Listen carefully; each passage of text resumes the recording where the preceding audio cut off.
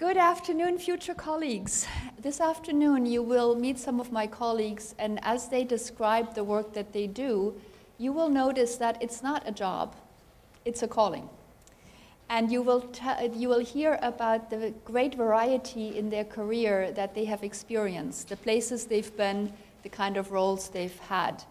And many of us initially joined UNICEF with the idea of perhaps staying a few years, checking it out, maybe doing something else, and then we stay. And you will hear from my colleagues why this is so, why this is an organization that kind of spellbinds you. And certainly we hope that that spell will also work on you. Why do we need people such as yourself to join UNICEF? You just need to take a look at the newspapers and you know that the world is in a pretty difficult place. And we need the best and the brightest to help us solve some of the most difficult situations. Many of us in the UN pride ourselves on doing jobs that save lives. We in UNICEF have the additional, I guess, privilege of investing in those who will shape the future of the world and perhaps even will determine whether there is a future for the world. So by investing in children, we are really making a bet on the future. And that is something that I think you will also find very, very compelling. This morning I had a meeting with my mobility team, and we were talking about how we make sure that people have truly global careers.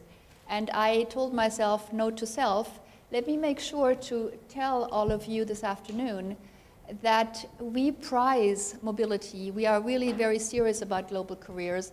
And also I told my colleagues, I will tell our guests this afternoon that if their aim is to stay in New York for the rest of their careers, this is probably not the choice that they should be making.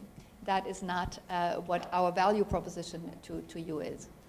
Our value proposition is a job that will really grab you, that will make you work very hard. This is not the kind of job where you walk off on a Friday afternoon and then kind of just forget about it, because the stories and the interactions that you would have will stay with you and will haunt you in some cases long after you have left the building. As Liuan has already said, one of the privileges of working here is to work with an incredible amount of brilliant, very interesting people from all walks of life and from pretty much every country and every region you would ever have noticed on a map. And I take pride in saying that I have yet to meet a truly boring person at UNICEF. So whether you go to our cafeteria, whether you just run into somebody anywhere in the building or outside, you would notice a very, very interesting and unique story. And I'm still discovering all those stories that make UNICEF so special.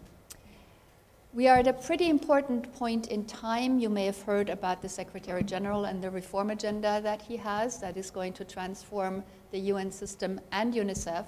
And we are just about to embark on our next strategic plan. So the way we work is we work on quadrennial plans.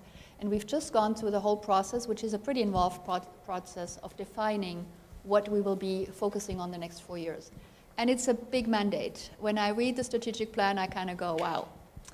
And again, we need the best and the brightest to help us make that happen. You will now hear more about this strategic plan from one of our most senior managers, Ms. Chanel Hall. Thank you so much. Enjoy the afternoon, and please fall in love with UNICEF.